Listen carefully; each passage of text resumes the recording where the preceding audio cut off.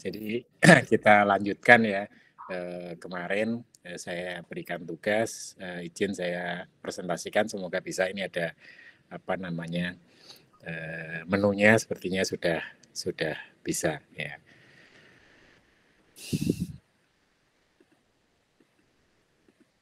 Apakah terlihat?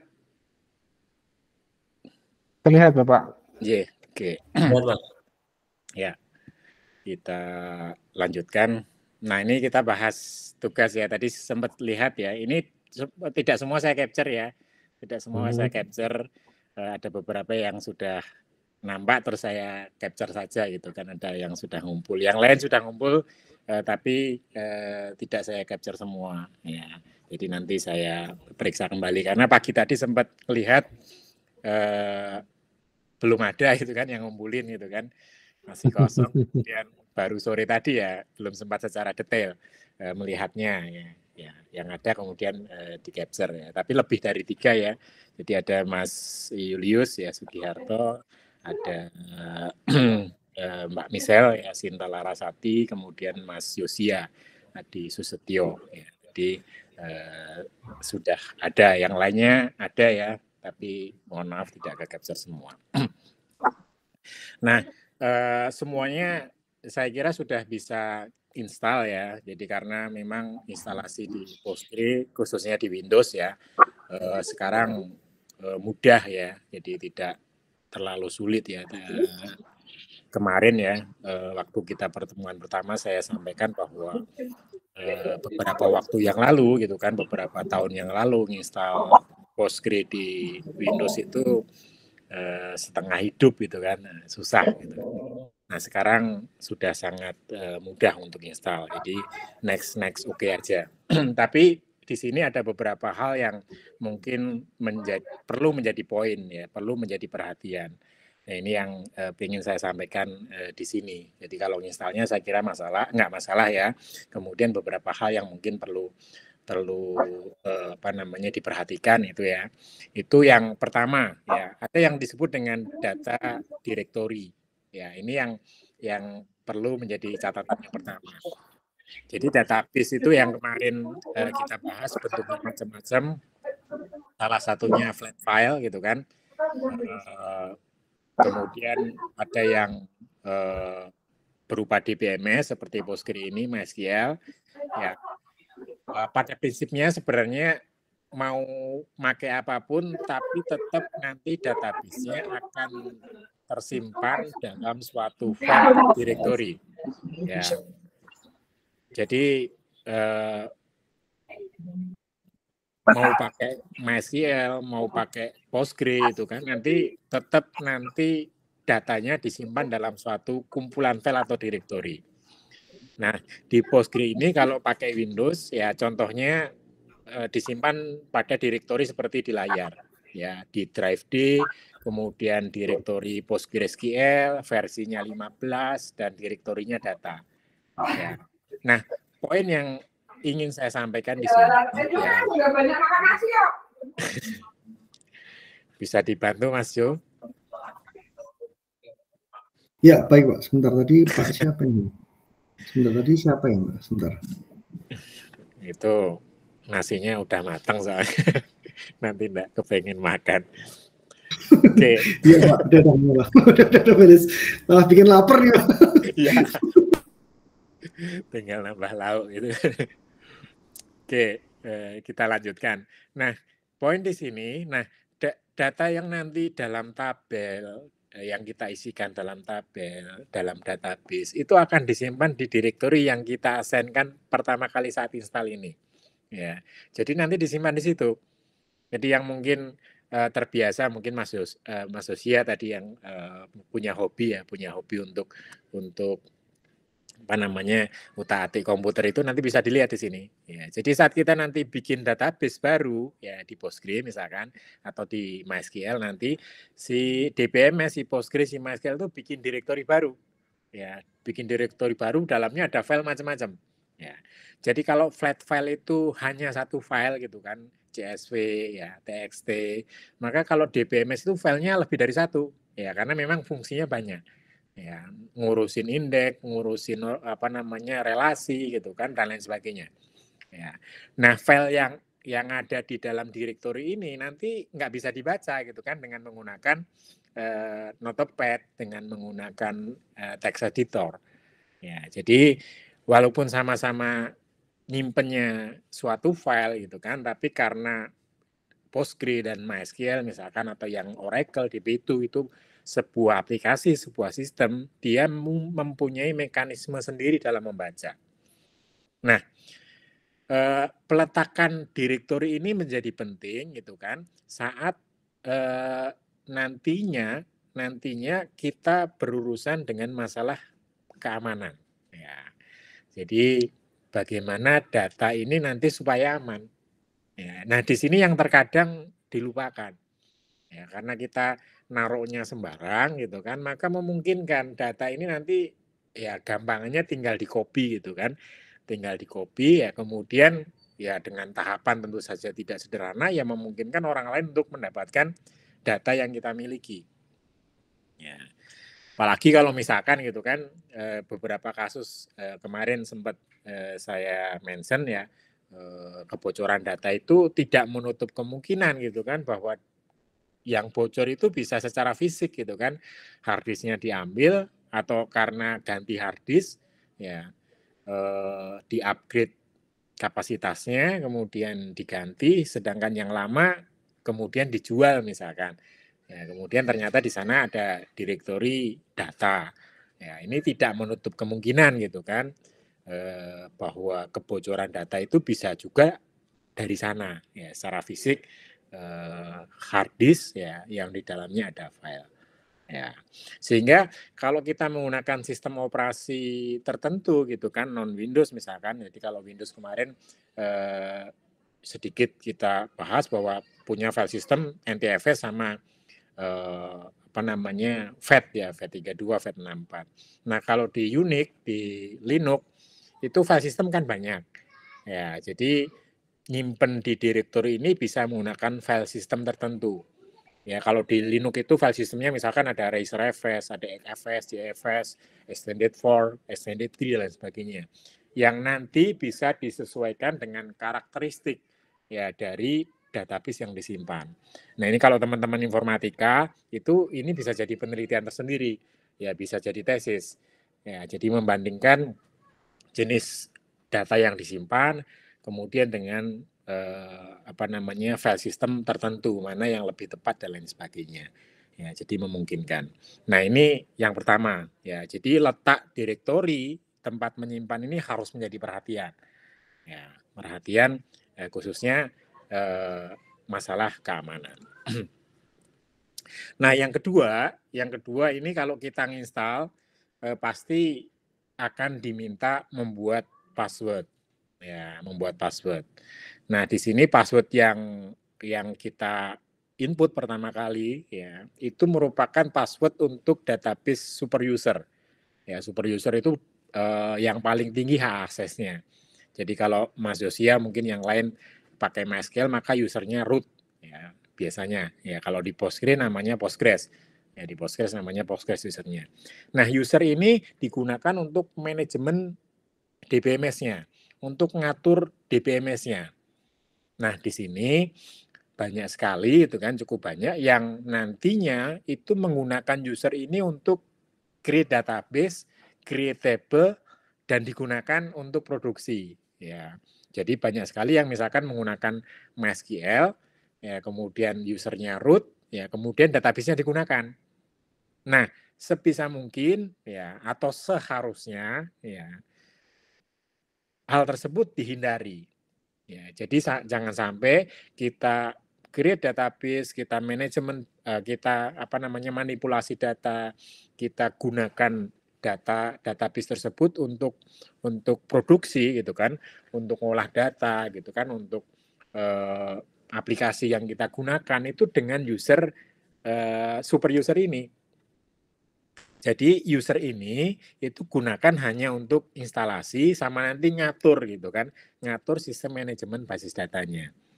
Jadi kalau nanti kita harus bikin database, kita harus bikin table gitu kan, kita harus bikin function dan lain sebagainya, maka jangan pernah gunakan user ini. Ya, ini sama gitu kan, implikasinya itu masalah security, masalah keamanan. Ya, ini yang cukup banyak dilupakan ya, even for mahasiswa di bidang informatika. Jadi kalau yang non informatika di sini sebagai knowledge gitu kan, sebagai pengetahuan bahwa pengetahuan ya, bahwa jangan sampai nanti menggunakan user ini untuk kegiatan yang sehari-hari ya, khususnya misalkan ya sudah diproduksi gitu kan, untuk aplikasi yang kita olah dan lain sebagainya ya. Kalau misalkan kita pakai di komputer pribadi ya sebisa mungkin juga dihindari ya, soalnya menjadi kebiasaan ya. Itu yang kedua gitu kan, tadi ada directory data, kemudian ada di sini user ya, kemudian ada port. Nah, port ini defaultnya Postgre itu pakai 5432. Ini mau diganti silakan. Ini berkaitan dengan jaringan ya Bapak Ibu, yang mungkin punya background jaringan.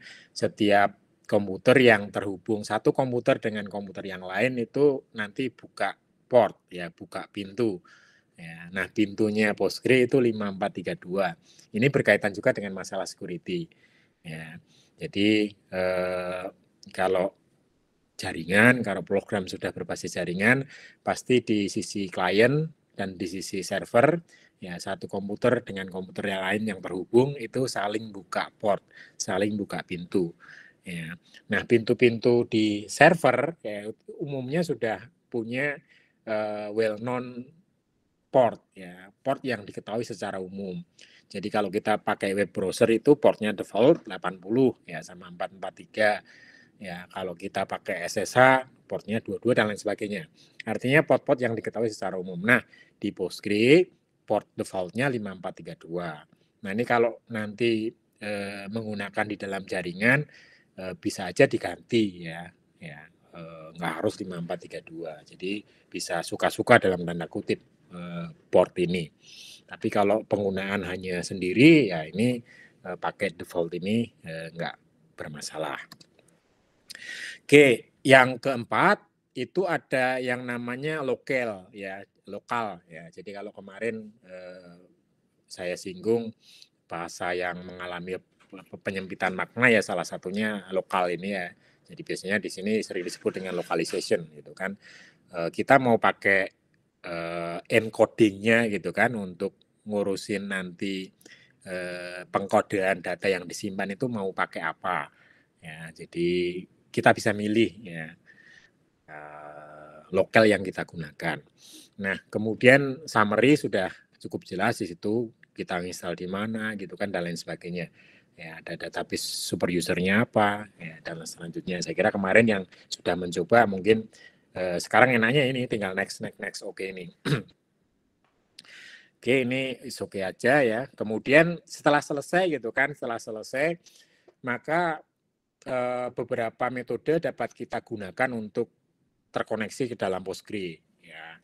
Jadi kalau dari beberapa tugas yang saya lihat banyak yang menggunakan apa namanya aplikasi GUI-nya gitu kan, graphical user interface, aplikasi PG admin ya, yang memang terbawa secara default saat kita install. Ya, tapi memungkinkan juga gitu kan, kita menggunakan yang namanya terminal gitu kan, kita menggunakan prompt ya. Jadi kalau yang kenal komputer mungkin sejak zaman saya seperti mungkin Pak Bambang ya ada kenal DOS prompt dulu ya, pakai DOS. Nah, ini pakai teks. Ya.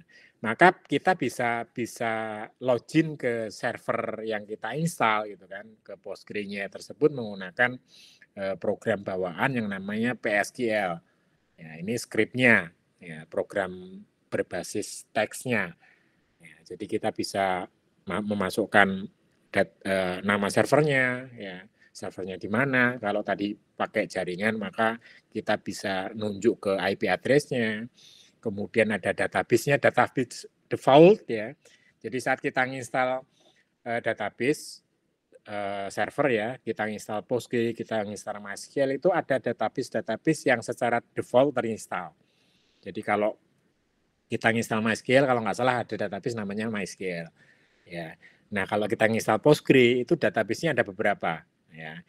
Salah satunya Postgres. Ya, nanti ada database lagi template 1, ada database lagi template 0. Ya, itu database default yang dibawa.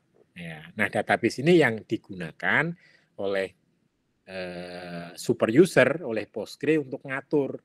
Ya, untuk ngatur untuk manajemen sistem manajemen basis datanya. Ya, jadi ini misalkan kita masuk ya ke dalam sistem yang sudah kita install, ya kemudian hasilnya seperti itu, kita dapat prompt, ya, kita dapat Postgre sama dengan crash. Ya. Jadi kalau ada tanda crash itu, kalau yang mungkin pernah kenal Unix, kenal Linux, itu berarti super user atau root. Ya, nanti berbeda itu kalau kita login, kita masuk ya ke Postgre, ke MySQL melalui prompt ini sebagai user biasa. Ya, nanti tandanya atau logonya itu berbeda. Ya, bukan lagi tanda crash ya, tanda pagar ya, tapi tanda dolar ya, nanti kita lihat. Nah, setelah kita masukkan ini sekaligus nanti mungkin kita masuk ya, setelah kita install, maka kita bisa memasukkan data. Ya, masukkan data. Jadi kalau kemarin dari tugas yang saya sampaikan, mencari dataset gitu kan. Jadi umumnya nanti sebagian besar akan berbentuk kolom separated value atau koma separated value atau CSV. Ya, ada yang masih CSV, ada yang sudah di zip. Ya, tadi ada beberapa yang banyak datanya, ada yang sedikit yang dikumpulkan ya. Nah ini bisa kita download ya, kemudian kita meng-create table ya. Jadi langkahnya sebenarnya yang pertama sebelum kita nginput, kita create database dulu. Ya, create database dulu, kemudian baru create tabelnya. Ya, jadi di tugas yang dikumpulkan beberapa sudah cukup komplit ya. Jadi nanti mungkin kalau teman-teman yang lain belum bisa download punya Mas Yosia ya. Tadi sekilas saya lihat ya, saya belum lihat semuanya, cukup komplit untuk instalasi sampai dengan input data ya. Nah, setelah kita bikin database, maka kita membuat tabelnya. Nah, membuat tabelnya ini sesuai dengan dataset yang kita gunakan. Ya, jadi ada cara yang manual gitu kan, secara manual kita harus bikin tabelnya gitu kan. Tapi tidak menutup kemungkinan ya nanti kita bisa melakukan otomatisasi ya terhadap data dataset ya, bergantung datasetnya. Jadi langkah yang paling sederhana ya kita lihat datasetnya seperti apa, jumlah kolomnya apa, tipe datanya apa, kita bikin database-nya, kemudian kita bikin tabelnya. Ya. Jadi perintah SQL-nya seperti tertampil di layar ya, kita tinggal create table ya, kemudian nama tabelnya, kemudian kolomnya. Ya, kolomnya disesuaikan dengan data CSV-nya. Ya, kemudian tipe datanya kemarin kita sudah cukup panjang bahas tipe data. Ya, jadi paling sederhana bikin tabel adalah seperti yang ada di layar.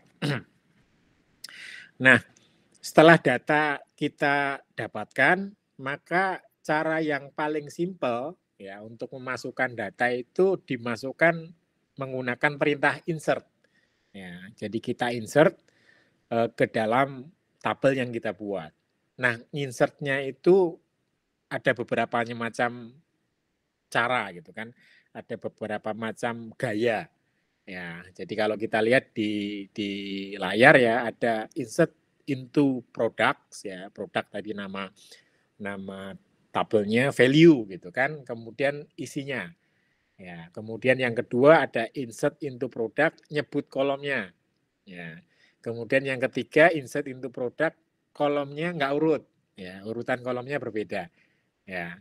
Yang kemudian yang keempat insert into product, kemudian tidak semua kolomnya. Nah ini metode input data menggunakan perintah yang paling primitif katakanlah ya, paling sederhana, ya paling banyak digunakan menggunakan ini.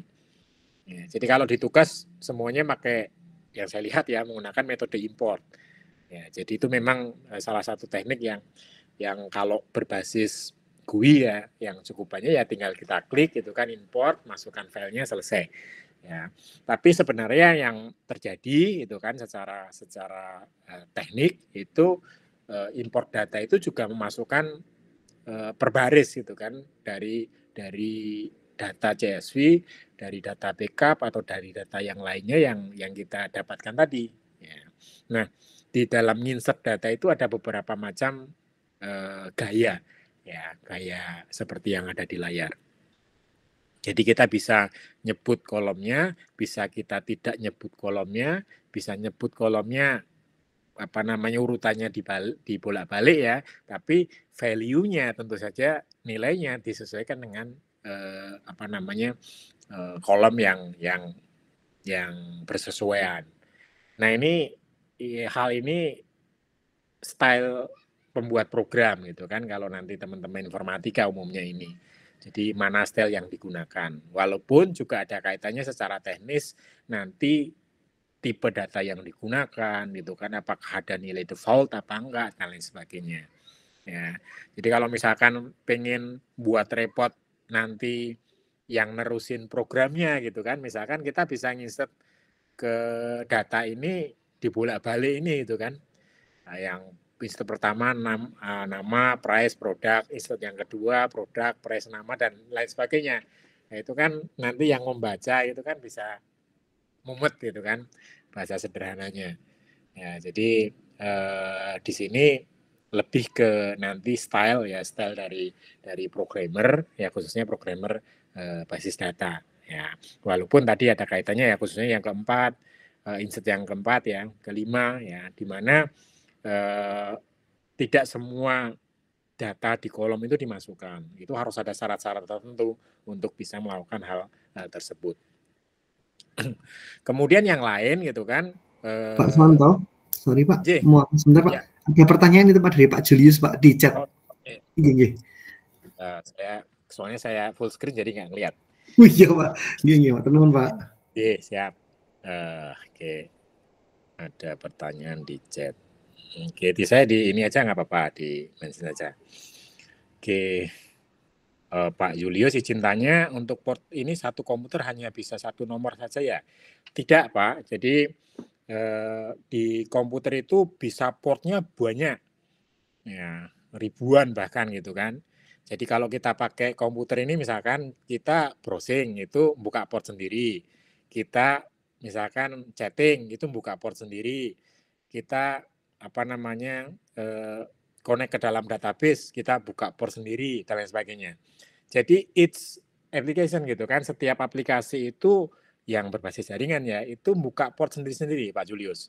Ya, jadi di sana setiap aplikasi yang terkoneksi dalam jaringan pasti buka port. Nah, yang bertugas sebagai server biasanya itu sudah ada well-known portnya, ya port yang diketahui secara umum. Ya, jadi contohnya simpelnya gini, kalau kita buka www.uksw.acid, ya kita buka ke sana gitu kan dari browser, maka si browser itu udah ngerti yang dihubungi adalah port 80. Ya, jadi kalau misalkan Pak Julius itu mau bikin web browser, maka defaultnya nanti kalau menghubungi alamat, maka dia menuju port 80. Ya, jadi portnya banyak, ya, banyak sekali. Ya. Dan boleh dikatakan ya tidak terbatas gitu kan, batasnya kemampuan komputer. Ya, jadi kemampuan komputernya itu dalam membuka port, ya, nanti kaitannya sama aplikasi berapa banyak.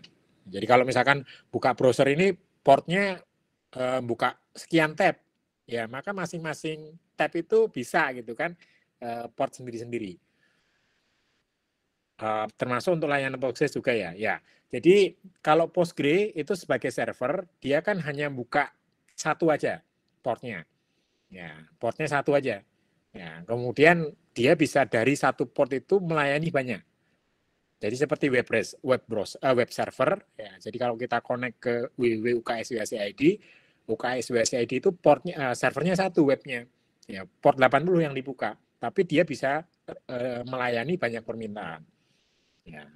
Jadi di sini apa namanya untuk setiap aplikasi itu, nah itu direlasikan dengan sebuah port untuk yang ke dalam jaringan.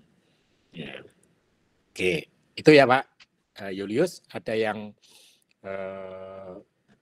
yang lain sebelum saya lanjutkan? Oke, saya kembali ke slide ya. Oke, nanti mohon bantunya ya Mas Yu, kalau ada pertanyaan saya full screen lagi soalnya nggak kelihatan. Oke, nanti saya bacakan aja Pak supaya nggak bolak-balik Pak. Saya bacakan langsung aja. Oke. Matur nuwun Pak. Ya. Oke, ini yang insert yang kedua ya, yang selanjutnya ya. Jadi kita bisa insert itu banyak gitu kan, banyak value, banyak kolom, banyak baris. Ya, jadi insert into produk, ya kemudian value-nya seperti itu. Nah ini style ya, style bagaimana kita insert. Nah ini kalau tadi sama teman-teman informatika itu bisa menjadi bahan penelitian gitu kan, mana insert yang lebih cepat, ya mana insert yang pas ya dengan kasus tertentu. Ya ini penelitian di teman-teman informatika.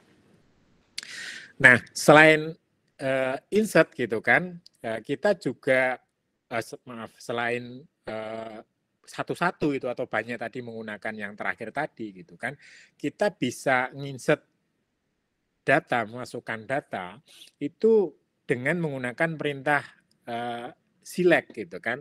Kita bisa select suatu tabel lain, kemudian kita insertkan ke tabel yang lain.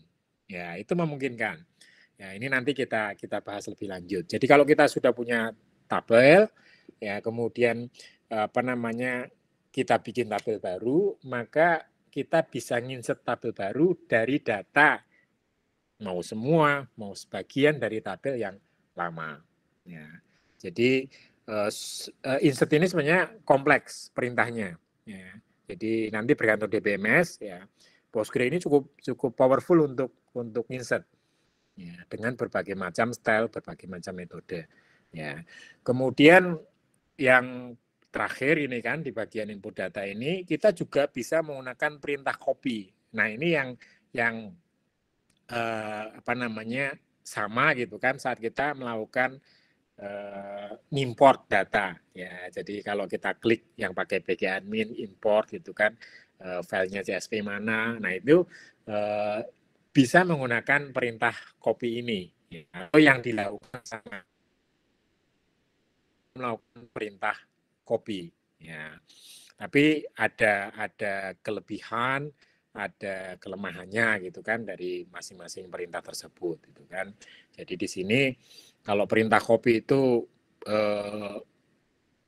ada kesalahan gitu kan dalam sebuah baris, ya misalkan ya datanya ada 100.000, ya kemudian di data ke 80.000 itu ada error gitu kan, maka seluruh data itu enggak dimasukkan.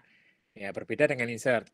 Ya kalau insert kan satu-satu, ya satu-satu dimasukkan. Nanti kalau ke 80.000 itu error ya 80.000 itu yang enggak masuk gitu kan. Tapi kalau copy ya harus semuanya data itu clear. Harus semuanya bisa dimasukkan ya. Nanti kalau di 80.000 itu ada error berhenti. Ya dan datanya belum masuk. Nah, itu perbedaan. Ya, masing-masing punya kelebihan, masing-masing punya kelemahan. Ya, kalau nginsert satu-satu tadi misalkan kita punya data CSV ya Bapak Ibu, Mas Mbak ya di sini, bukan Bapak Ibu ya, mungkin beberapa ya Mas Bapak ya sudah Bapak Ibu, Mas sama Mbak di sini mungkin sudah pakai CSV ya, ada banyak baris di sana. Ya, kalau pakai insert ya itu kita harus nulis satu-satu gitu kan, insert itu dari data yang ada value-nya yang dari CSV itu. Ya, ini kalau teman-teman informatika ya seringkali bikin program, bikin script, ya kemudian dari CSV diubah menjadi perintahnya masing-masing insert. Itu ada. Ya, jadi kerjanya teman-teman yang suka programming itu bisa ngubah struktur gitu kan dari CSV itu biar nanti ditambahi depannya tambah insert into nama tabelnya ya value kemudian nilai CSV-nya itu. Yaitu teman-teman informatika. Atau pakai perintah copy yang tanpa perlu melakukan pengubahan ya tanpa perlu bikin perintah insert. Nah, ini secara sederhana perintah input data menggunakan copy ya. Ini yang dilakukan sebenarnya sama dengan perintah import. Ya, jadi dia copy kemudian ke suatu tabel, nama tabel ya, kemudian asalnya dari mana. Nah, copy ini bisa from sama to. Kita ngopi dari satu tabel ke tabel yang lain atau dari tabel lain ke suatu tabel. Ya, jadi copy nama tabel from ya, nama file CSV-nya, atau nanti dari suatu tabel ke file CSV. Ya, jadi as long as kita bisa membaca bahasa Inggris simple gitu kan, maka SQL itu sangat mudah gitu kan, karena dipahaminya simple ya, copy, from, with, where. Nah, ini bahasa-bahasa Inggris yang sebenarnya sangat sederhana. Jadi kalau di UKSW syarat TOEFL-nya 500 misalkan S2-nya, ya maka SQL ini untuk nanti khususnya analisa data ya, teman-teman data science ya piece of cake lah gitu kan. Belajar SQL itu sangat mudah ya, nggak bermasalah. Nah, ini saya berikan contoh ya. Jadi kemarin saya juga ikutan nyari ya. Ini nyari di searching-nya Google ya. Kemudian saya pakai keyword Indonesian Education, saya dapat ini ya. Cari yang agak banyak ya, cari yang agak banyak. Kebetulan dapatnya yang School Dataset IDN ya. Jadi di sini dari Regina Pacis Bogor ya. Nah, di sana ada file zip yang besarnya berapa ini ya? 12 ya, 12 mega kalau nggak salah ya. Jadi data ini berupa zip yang isinya CSV. Jadi ini saya download ya, kemudian saya lihat isinya.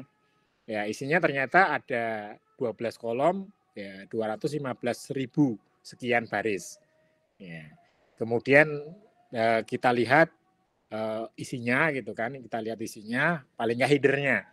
Headernya ada kode provinsi, ada provinsi, kode kabupaten, dan lain sebagainya. Nah, dari sini maka kita kemudian bisa desain. Ya, desain table. Ya, table. Jadi kita telah install Postgre, ya kemudian kita bikin database, kemudian kita bikin tabelnya. Nah, perintah copy tadi gitu kan, kita langsung bisa masukkan. Kita bikin tabelnya dulu ya. Jadi kita bikin tabelnya, tabel sekolah. Kalau di sini saya berikan nama data sekolah, ya, create tabel data sekolah, kemudian kolomnya ada kode provinsi, kode kabupaten kota, kecamatan, dan lain sebagainya. Semuanya teks misalkan. Jadi paling simpel itu kita sesuaikan gitu kan, sesuaikan yang ada di sini. Data tipe datanya yang pertama kita bikin teks semua. Ya, jadi nggak perlu atau mungkin belum perlu gitu kan, bukan tidak ya, belum perlu kita sesuaikan nanti dengan tipe data yang tepat. Jadi langkah pertama kita bisa semuanya tipe datanya teks, ya, misalkan seperti itu. Ya, karena pada umumnya data-data berbentuk CSV itu tidak normal. Artinya apa? Artinya nanti dalam data tersebut banyak sekali ditemukan redundansi. Ya, sehingga kalau kita di awal sudah mendesain basis data yang rigid gitu kan, yang cukup ketat melakukan filter gitu kan, biasanya nanti muncul banyak error, banyak kesalahan. Ya, jadi sekarang kita bikin tabel yang nanti bisa menerima data dari CSV itu masuk dulu dalam sebuah tabel. Ya, jadi kita lakukan seperti itu. Nah, perintah kopinya di sana seperti itu ya, copy data sekolah, seterusnya gitu kan. Ada delimiter.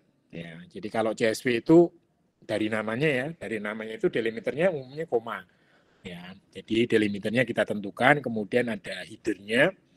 Headernya itu opsi di sana itu kalau dibaca nanti perintah di Postgre ini itu apa namanya, output dari header itu boolean ya, true atau false gitu kan, defaultnya true. Jadi headernya di sini di-ignore. Ya, jadi headernya tidak dimasukkan, nanti ikut dalam data yang baris gitu kan. Jadi secara sederhana di escape ya, diabaikan headernya. Jadi baris pertama diabaikan, baru baris kedua dan selanjutnya itu diinsertkan ke dalam tabel yang kita buat. Nah, kalau kita lihat di sini gitu kan, dari data ini kira-kira primary key-nya apa? Mas, Mbak, Bapak, Ibu. Ya, saya kembali ke sini dulu aja. Primary key-nya apa? Oke. Oke, Mas Martin ya, Mas Martin. NPSN ya. Jadi primary key-nya itu gitu kan. Ya. Jadi kita bisa kalau yakin gitu kan, kalau yakin datanya itu sudah baik dan benar, kita bisa definisikan saat kita create table itu NPSN-nya sebagai primary key. Ya. Tapi umumnya gitu kan, umumnya saat kita dapatkan data berupa CSV itu, ya itu umumnya atau cukup banyak kejadian, ya itu primary key-nya misalkan ini NPSN itu primary key gitu kan, itu masih terjadi adanya redundansi. Ya, jadi nanti kalau kita pakai perintah copy itu error gitu kan, belum bisa masuk semua. Kalau kita definisikan NPSN sebagai primary key saat kita bikin tabelnya ya. Jadi kita bikin tabelnya kita bisa abaikan dulu apa namanya primary key-nya ya, nanti belakangan. Nah, ini coba kita lihat gitu kan. Ini nanti sebenarnya perintah-perintah ini sudah sedikit masuk ke perintah analisis data ya. Jadi perintah SQL di sini ada select NPSN, ya ini membuktikan ya bahwa kalau kita ngambil data CSV itu ada kemungkinan ya, ada kolom yang sudah sebagai primary key yang harusnya sifatnya unik itu masih bisa ganda ya. Jadi ini contohnya ya. Jadi contohnya misalkan setelah saya masukkan, saya pengen ngecek gitu kan apakah memang NPSN-nya unik. Ya, NPSN itu nomor apa ya? Sekolah nasional lah kalau nggak salah ya. Itu seperti NIK ya, seperti NIK. Nah, di sana kita bisa ngecek dengan perintah SQL. Ya, jadi salah satu perintah yang paling banyak, paling powerful digunakan di SQL untuk bercakap-cakap sama DBMS. Ya, kita ngobrolnya dengan Postgre itu pakai bahasa SQL. Ya, jadi Postgre, MySQL, Oracle, DB2 itu ngertinya bahasa SQL. Ya, jadi kalau kita ajak bahasa Madura nggak bisa. Ya, jadi ngertinya bahasa SQL. Maka kita yang harus belajar bahasa SQL. Jadi perintah misalkan select NPSN from data sekolah, di situ kita grupkan NPSN-nya, ya having count, ya lebih besar daripada satu ya. Simpelnya kita nyari ada nggak NPSN-nya yang lebih dari satu. Ya. Ternyata ada. Ya, jadi ini kalau misalkan kita bikin tabelnya tadi di awal itu sudah kita definisikan primary key-nya adalah NPSN, nanti perintah copy-nya nggak bisa ya atau tidak bisa berjalan ya, sehingga kita harus nanti benerin datanya dulu ya. Jadi ini trik atau mungkin dari pengalaman bagaimana kita bisa ngimport data dari CSV ya. Jadi yang pertama langkahnya ya kita bisa bisa bikin tabel yang menerima semua gitu kan, baru nanti kita perbaiki bertahap ya data tersebut. Nah, data dari CSV tadi kalau kita lihat ini hampir sama tadi maksudnya. Kita lihat bahwa dalam data itu terjadi yang namanya redundansi. Ya, jadi misalkan di situ ada kode provinsi 10.000 itu Jakarta ya. Itu ada 4.800 ya. Otomatis ada kode provinsi sebanyak 4.800 untuk Jakarta ya 10.000. Namanya juga sebanyak 4.800 ya, demikian pula kabupaten kota ya. Jadi ini kalau kalau datanya banyak gitu kan, ini nggak terlalu banyak ya 200 sekian ribu gitu kan. Nah bayangkan kalau ini datanya nanti jutaan, puluhan juta, maka redundansi ini akan punya pengaruh gitu kan di dalam nanti masalah kecepatan ya, kecepatan akses ya, masalah space gitu kan, hard disk ya, banyaknya data yang disimpan dalam hard disk ya. Sehingga data yang berbentuk CSV tadi kalau kita hanya simpan dalam sebuah tabel, maka ada kemungkinan itu tidak efektif ya, tidak aman ya. Jadi redundansi itu salah satu hal yang menjadi concern ya, menjadi perhatian di dalam database relasional.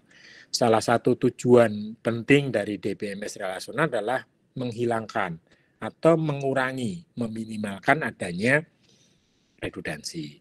Ya, jadi di situ kalau kita lihat redundansinya banyak sekali gitu kan, yang terjadi kalau kita hanya menggunakan satu file data sekolah tadi. Maka dari data sekolah tadi kita harus gitu kan, kita harus pecah gitu kan, pecah ya, supaya tidak terjadi duplikasi data. Ya. Ini yang di dalam teori gitu kan, dalam database itu namanya normalisasi tabel ya, atau normalisasi secara umum. Ya, kita normalkan tabel yang tadi cukup banyak gitu kan, cukup banyak apa namanya kolomnya ya, menjadi beberapa tabel ya, yang nanti direlasikan, yang nanti dihubungkan.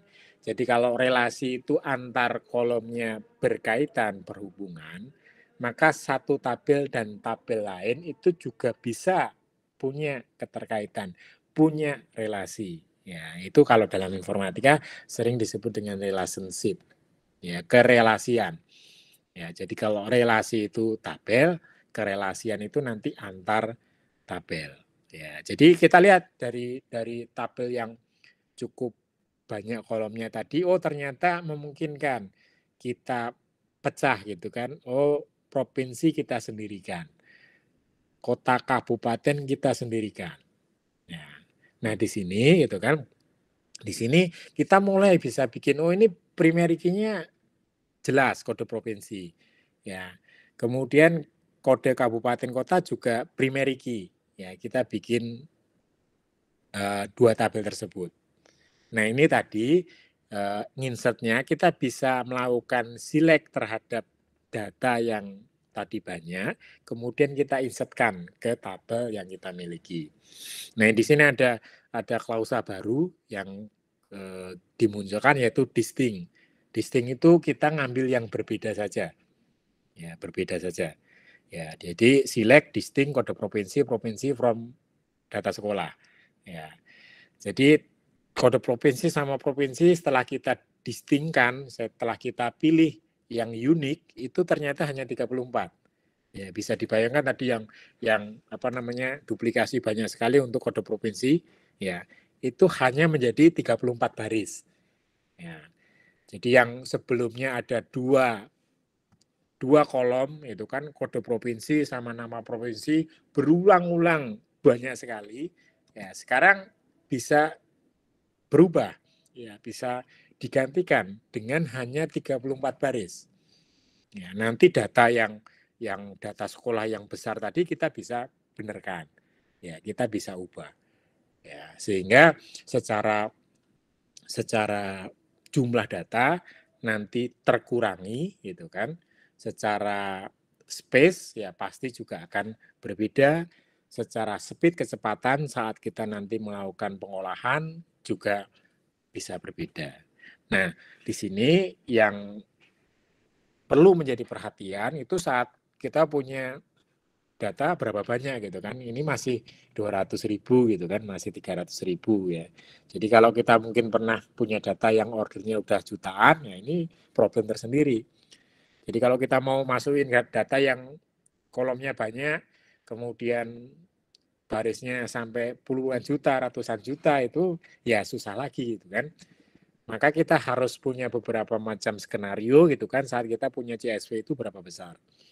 Jadi metode ini mungkin cocok gitu kan dengan jumlah data tertentu punya dalam batasan tertentu. Ya, tapi kalau sudah ordernya mungkin puluhan atau ratusan juta gitu kan dengan metode ini mungkin nggak pas. Ya, sehingga dari awal kita harus mempersiapkan diri. Ya, berapa banyak data yang kita miliki. Nah, ini yang kedua gitu kan. Kedua, kita coba memasukkan apa namanya kota kabupaten ya. Saya bikin tabel namanya kokap gitu kan, kota kabupaten. Ya. Kita coba select distinct gitu kan. Ternyata di sana ada apa namanya kabupaten kota yang double di dalam data CSV tadi. Ya, itu ternyata ada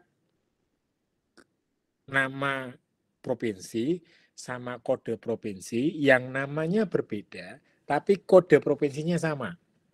Ya, ini yang seharusnya tidak boleh terjadi kan dalam data. Ya, jadi gini Bapak Ibu. Jadi data CSV itu kan sebelumnya ya itu kan umumnya berasal dari suatu database, kemudian diekspor, ya, atau dari Excel diekspor. Ya. Tapi di sini itu ada kejadian bahwa suatu kode yang harusnya bersifat unik, jadi kalau misalkan kode kabupaten, itu namanya kodenya sama, harusnya namanya sama. Ya, tapi ini terjadi. Ya, kodenya sama, namanya berbeda. Ya, ini perlu ditelusuri gitu kan, kita telusuri lebih lanjut. Nah, di mana perbedaan tersebut? Nah, ini kadang-kadang memang hal ini sering terjadi. Dan pengalaman gitu kan, ini membutuhkan pengalaman bagaimana menangani hal seperti ini. Ya, jadi kalau kita telusuri lebih lanjut gitu kan, ternyata ada yang sama itu seperti ini. Ya. Bedanya apa Bapak Ibu?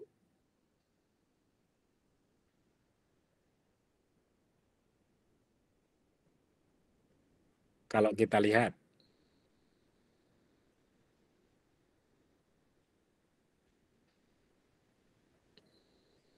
Nampak nggak perbedaannya?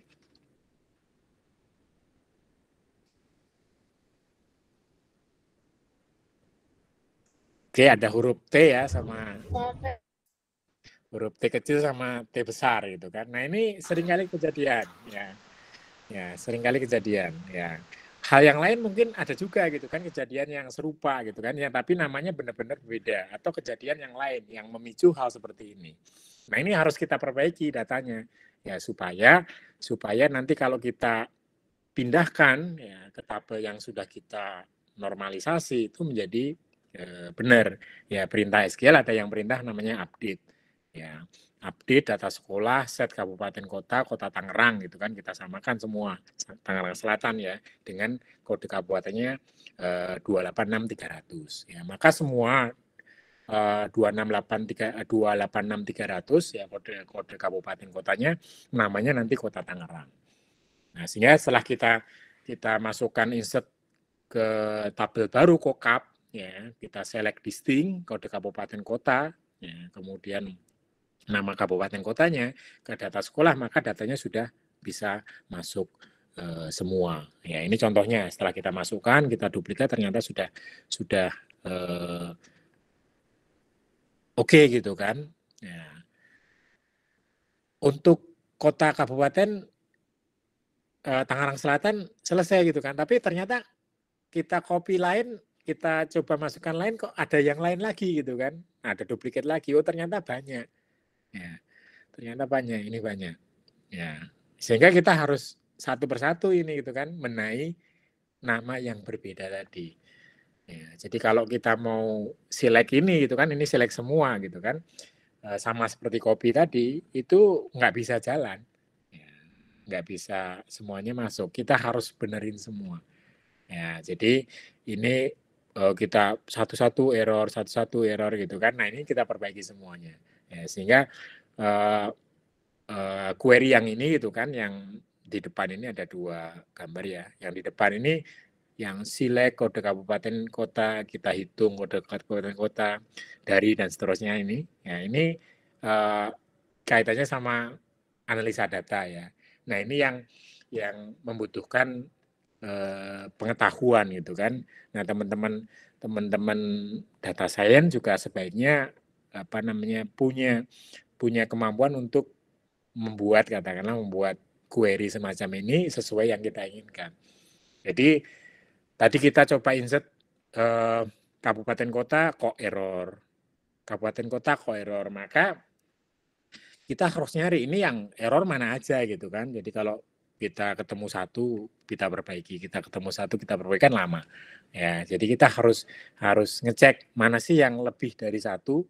Ya, ternyata ini gitu kan. Ternyata kita lihat ada beberapa kode kabupaten kota yang ada 4 ya, selain tadi yang sudah diperbaiki yang bermasalah. Ya, maka setelah 4-4-nya kita perbaiki gitu kan.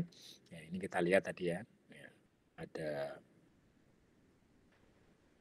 nulisnya beda-beda gitu kan, ternyata Pangandaran semua besar, ini Pangandaran kecil ya. Ya, kemudian ada Mamuju besar, Mamuju, nah dan lain sebagainya. Ya ini karena namanya berbeda ya, kemudian kita hanya menginginkan satu kode setiap kota kabupaten, maka ini harus kita perbaiki. Ya, jadi ini query yang pertama, query yang kedua ini query yang sangat erat kaitannya dengan analisa data.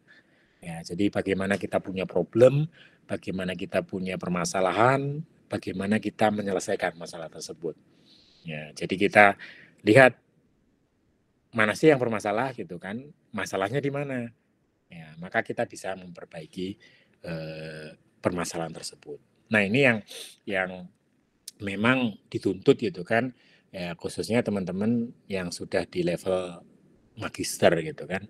Jadi kalau ada problem, ya itu problemnya di mana gitu kan. Ya kemudian solusinya apa? Ya ini yang harus terus dibangun, harus terus dipelajari. Oke, jadi itu yang kota kabupaten, ya kota provinsi gitu kan. Nah sekarang kalau selanjutnya kita bikin tabel sekolah gitu kan, sekolah ada NPSN, sekolah ya bentuk dan lain sebagainya, kita bikin tabelnya ya. Nah sekarang kita insertkan, ya, kita insertkan semuanya bisa masuk gitu kan, karena kita belum mendefinisikan primary key-nya ya. Tadi di awal kita lihat bahwa NPSN harusnya unik ya. Kemudian kita cek ya, ternyata ada NPSN yang dipakai lebih dari satu nama sekolah ya, lebih dari satu sekolah ya. Ini yang harus kita telusuri lebih lanjut, ini kesalahannya di mana ya, kesalahannya di mana. Maaf Pak Suwanto, motong sebentar. J. Ada pertanyaan dari Mas Yosia Pak, saya bacakan ya. J. Ini yang dinormalisasi hanya pada primary key-nya ya Pak, sama variabel kota. Untuk variabel-variabel lain nilainya sama nggak apa-apa? Ya, oke. Jadi normalisasi nanti masih cukup panjang ya Mas Yus ya. Jadi nanti dari tabel yang kita miliki cukup panjang tadi, 12 kolom tadi, ya nanti kita bagi-bagi gitu kan, kita pecah. Nanti pecahnya menjadi berapa tabel? Ya, tabel provinsi sudah kita bikin. Ya, tabel kota kabupaten sudah kita bikin. Ya, nanti kita bikin tabel yang lain perlu nggak? Gitu kan? Nah, itu normalisasinya. Ya. Jadi bisa nanti, oh ternyata kita harus bikin yang lain, ya harus kita ubah, ya harus kita tambah, ya. Nah ini yang nanti coba akan saya tanyakan Pak Bambang. ke teman-teman yang ada di sini ya. Ya. Oke, ya. Jadi di sini misalkan saya kembali lagi ke sini. Nah, ini kita sekarang bikin tabel provinsi sudah, tabel kabupaten sudah, kemudian sekarang tabel sekolah ya. Nah, tabel sekolah seperti ini ya, kemudian ternyata masih ada permasalahan. Nah, kalau kita lihat permasalahannya itu adalah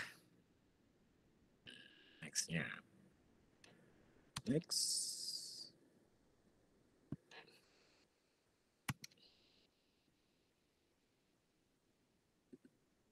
Nah, oke. Oke, ini.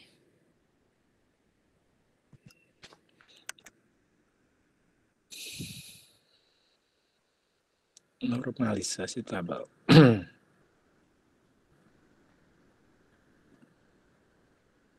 Oke, sampai di sini. Oke, nah ini permasalahannya di mana? Ya, permasalahannya di mana?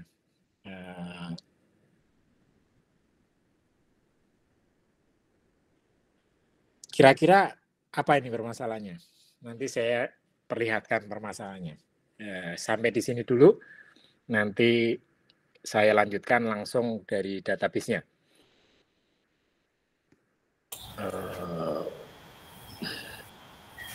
Ada yang mau komentar?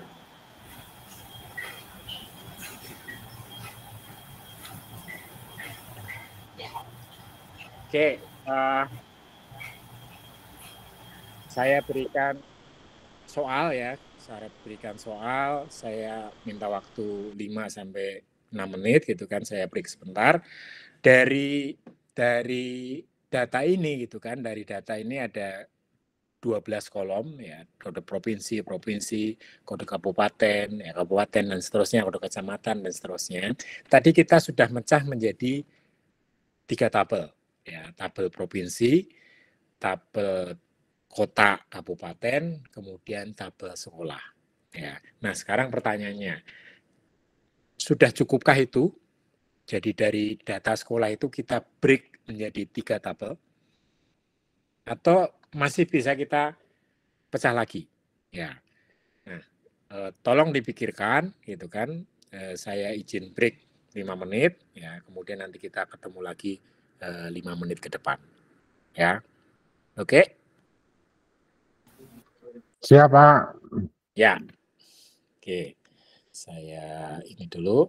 Mari silahkan dicoret-coret ya, nanti bisa raise hand ya, bisa kita berdiskusi sambil nanti saya bahas. Oke.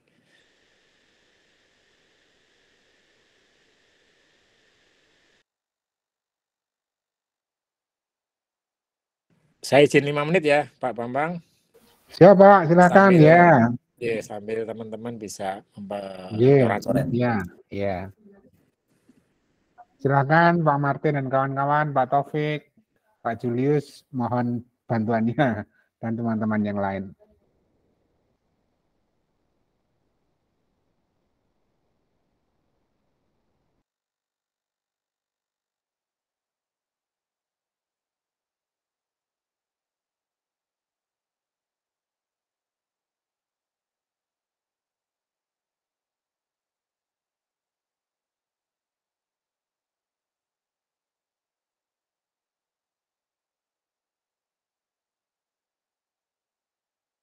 Recordingnya saya matikan sebentar ya, biar bagi 2. Ya, Bu Ana.